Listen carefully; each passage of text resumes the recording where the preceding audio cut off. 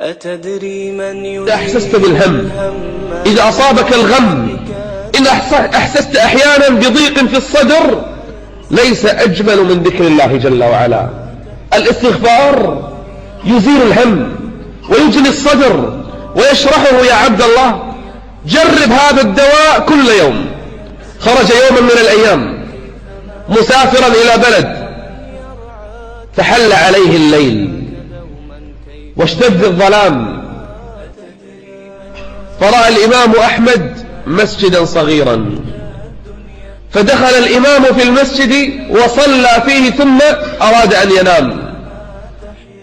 دخل الإمام ونام، فدخل عليه حارس المسجد قال: يا رجل ماذا تصنع؟ قال: أنام. قال: ليس بمكان نوم. ولم يعرف الإمام أحمد ولم يخبره الإمام: أنا الإمام أحمد. لو قال له لسمح له.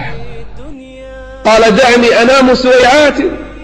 قال: لا والله، لا أسمح لك أن تنام في المسجد، فاخرج. فحاول الإمام أحمد أن يقنعه فلم يستطع، فأخرجه. فنام الإمام عند عتبة الباب، فرجع إليه مرة أخرى الحارس قال: ماذا تصنع؟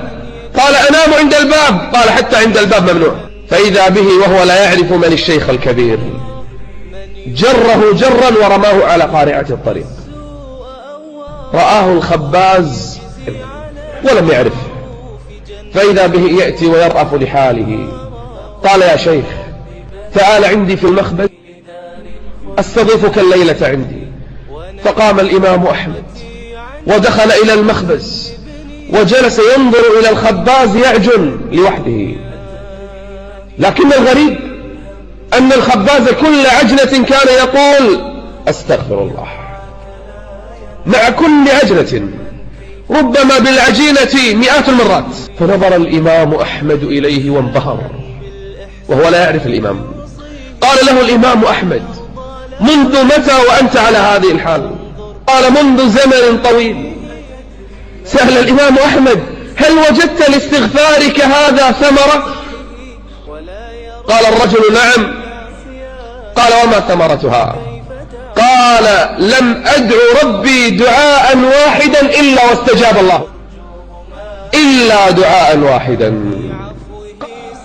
قال: دعوت ربي أن يريني الإمام أحمد بن حنبل.